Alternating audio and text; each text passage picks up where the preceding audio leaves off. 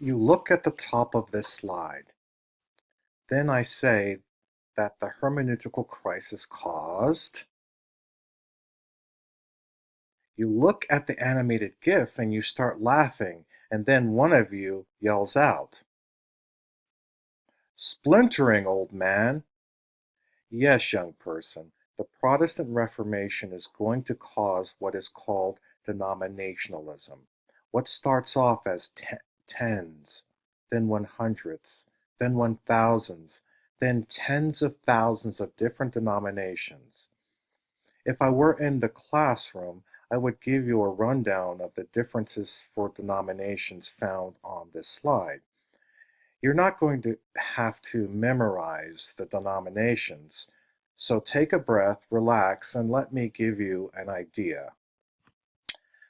The followers of Luther became Lutherans even though he wanted his group to be called evangelicals. The followers of Calvin would be called Reformed churches in Europe and Presbyterians in America. Calvin is so important for understanding the Pilgrims and Puritans in colonial America. The Puritan churches were known as Congregationalists because their polity would be led by each congregation. Then you had a branch off into Baptist and Unitarian churches, the first more folksy, the second more rational.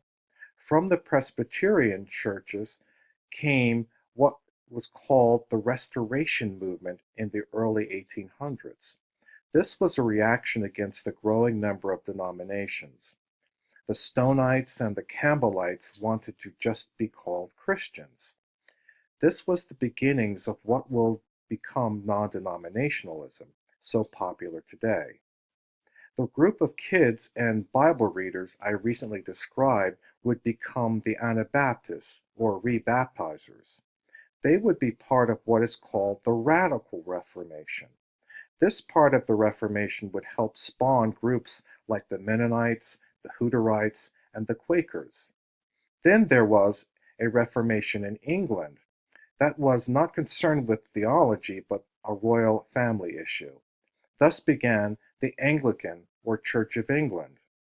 This would be called the Episcopal Church in America because we started fighting with England and could not use that name. Because this church was not a fight over theology or polity, the Anglican Church was like Catholicism, but without the Pope. This caused a reaction from what became the Methodist Church.